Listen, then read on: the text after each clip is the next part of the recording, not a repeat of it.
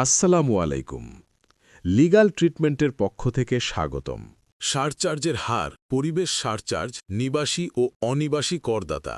সারচার্জের হারসমূহ কি কি? স্বাভাবিক ব্যক্তি করদাতার। স্বাভাবিক ব্যক্তি করদাতার ক্ষেত্রে আয়কর আইন 2023 সনের 12 নং আইনের ধারা 167 অনুযায়ী পরিসম্পদ ও দায়ের বিবরণীতে প্রদর্শিত নিম্নবর্ণিত সম্পদের ভিত্তিতে এই অনুচ্ছেদের অধীনে সারচার্জ গণনার আগে পরিবেশ সারচার্জ বাদ দিয়ে নির্ধারিত করের ওপর নিচের হারে সারচার্জ দিতে হবে, যথা: সারচার্জের হার ক নিট পরিসম্পদের মূল্যমান 4 কোটি টাকা পর্যন্ত 0। খ নিট পরিসম্পদের মূল্যমান 4 কোটি টাকার অধিক কিন্তু 10 কোটি টাকার অধিক নয় বা নিজ নামে একের অধিক মোটরগাড়ি বা মোট 8000 বর্গফুটের অধিক আয়তনের গৃহসম্পত্তি 10%।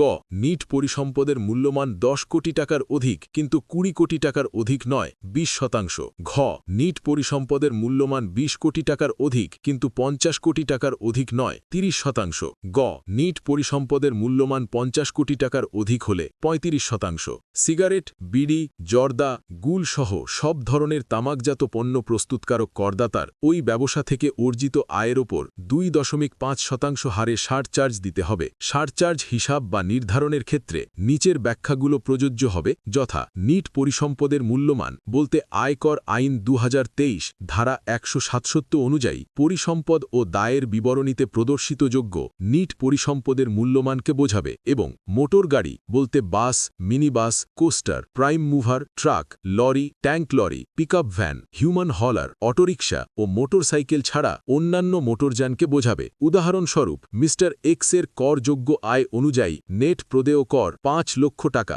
এবং তার নেট সম্পদ 6.5 কোটি টাকা। সমাধান: যেহেতু সম্পদ 4 কোটির বেশি তাই সারচার্জ প্রযোজ্য হবে। স্ল্যাব অনুযায়ী সারচার্জ প্রযোজ্য 10%। অতএব সারচার্জ 5 লক্ষ টাকা গুণ 10% সমান 50,000 টাকা, অর্থাৎ তার প্রদেয় কর হবে মূল কর 5 লক্ষ টাকা যোগ সারচার্জ 50,000 টাকা সমান মোট 5,50,000 টাকা। পরিবেশ surcharge: bus, minibus, coaster, prime mover, truck, lorry, tank lorry, pickup van, human hauler, autorickshaw ও মোটরসাইকেল ছাড়া অন্যান্য মোটরযান থেকে পরিবেশ সারচার্জ সংগ্রহ। কোনো স্বাভাবিক ব্যক্তি এনি ইন্ডিভিজুয়াল এর একাধিক মোটর গাড়ি থাকলে তার একের অধিক প্রতিটি গাড়ির জন্য নিচের সারণীতে উল্লেখিত হারে পরিবেশ সারচার্জ দিতে হবে, যথা: মোটর গাড়ির বর্ণনা পরিবেশ সারচার্জের হার টাকায় 1500 সিসি বা 75 কিলোওয়াট পর্যন্ত প্রতিটি মোটর গাড়ির জন্য পরিবেশ সারচার্জের হার 25,000 টাকা। 1500 সিসি বা 75 কিলোওয়াটের বেশি কিন্তু 2000 সিসি বা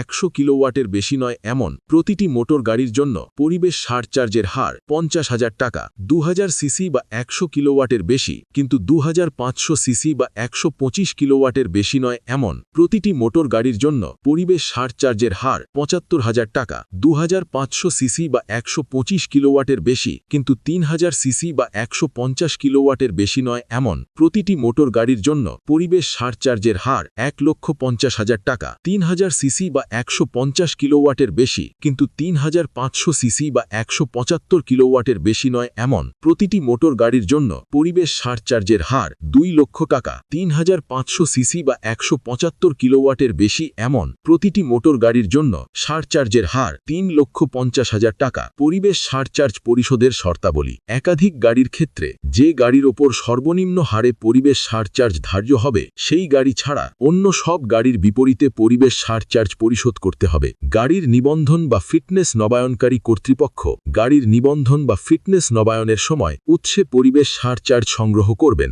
একাধিক বছরের জন্য গাড়ির নিবন্ধন বা ফিটনেস নবায়ন করা হলে যে অর্থ বছরে গাড়ির নিবন্ধন বা ফিটনেস নবায়ন করা হয়েছে তার পরবর্তী অর্থ বছরের 30 জুনের মধ্যে প্রযোজ্য হারে পরিবেশ সারচার্জ পরিশোধ করতে হবে। কোনো করদাতা শর্ত 3 অনুযায়ী উৎসে পরিবেশ সারচার্জ পরিশোধ করতে ব্যর্থ হলে সেক্ষেত্রে নিবন্ধন বা ফিটনেস নবায়নের সময় ক খ নিয়মে পরিবেশ সারচার্জের হার ধরা হবে, যেখানে ক সমান আগের বছর বা বছরগুলিতে বকেয়া পরিবেশ সারচার্জের পরিমাণ, খ সমান যে বছরে করদাতা পরিবেশ সারচার্জ পরিশোধ করছেন সেই অর্থ বছরের নির্ধারিত পরিবেশ সারচার্জের পরিমাণ। একাধিক বছরের জন্য গাড়ির নিবন্ধন বা ফিটনেস নবায়ন করার ক্ষেত্রে প্রতি বছর আয়কর রিটার্ন দাখিলের এপ্রিলের আগে পরিবেশ সারচার্জ পরিশোধ না করলে উপকর কমিশনার আয়কর রিটার্ন প্রসেস বা কর নির্ধারণের সময় তা আদায় করবেন। পরিবেশ সারচার্জ ফেরতযোগ্য হবে না এবং অন্য কোনো কর বা সারচার্জের সাথে সমন্বয় করা যাবে না। মোটর গাড়ি বলতে পরিবেশ সারচার্জের ক্ষেত্রে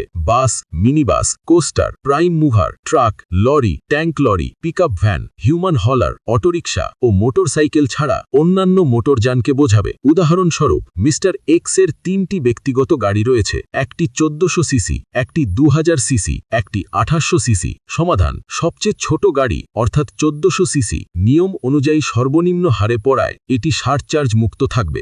বাকি দুটি গাড়ির জন্য সারচার্জ দিতে হবে। 2000 সিসি গাড়ির জন্য 50,000 টাকা, 1800 সিসি গাড়ির জন্য 1,50,000 টাকা। মোট পরিবেশ সারচার্জ 50,000 যোগ 1,50,000 সমান 2 লক্ষ টাকা। নিবাসী ও অনিবাসী করদাতা কি?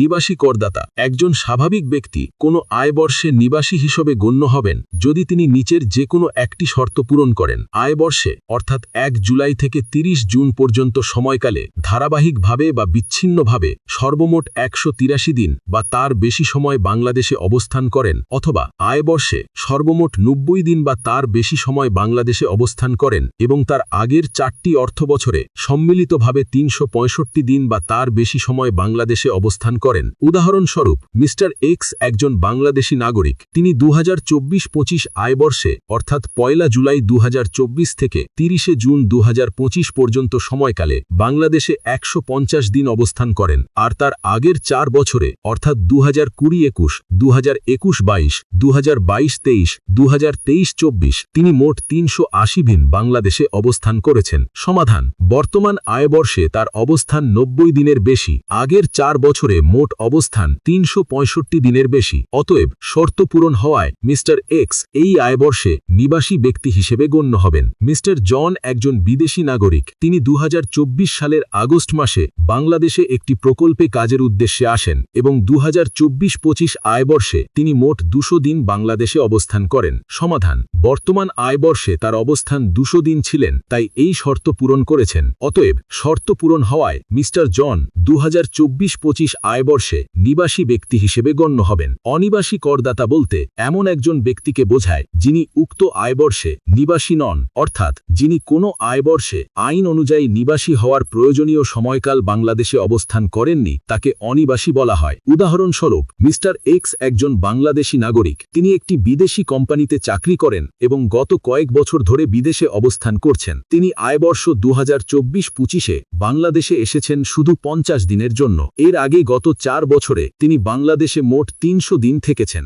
এখন তিনি নিবাসী হবেন কিনা? সমাধান: নিবাসী হওয়ার শর্ত ছিল উক্ত আয়বর্ষে 90 দিন যোগ পূর্ববর্তী 4 বছরে 365 দিন অবস্থান সমান নিবাসী, কিন্তু তিনি এই 2 শর্তেই ফেল করেছেন। সুতরাং মিস্টার এক্স আয়বর্ষ 2024-25-এ অনিবাসী ব্যক্তি হিসেবে বিবেচিত হবেন। মিস্টার টম একজন বিদেশি নাগরিক। তিনি 2024-25 আয়বর্ষে মাত্র 50 দিন বাংলাদেশে অবস্থান করেছেন। সমাধান: এক্ষেত্রে তিনি 183 দিন বা অন্যান্য শর্ত পূরণ না করায় তাকে নিবাসী হিসেবে ধরা যাবে না। সুতরাং মিস্টার টম এই আয়বর্ষে অনিবাসী ব্যক্তি হিসেবে গণ্য হবেন। এভাবে আরও আইনি বিষয় ও পরামর্শের জন্য লিগ্যাল ট্রিটমেন্টের সাথেই থাকুন। ধন্যবাদ।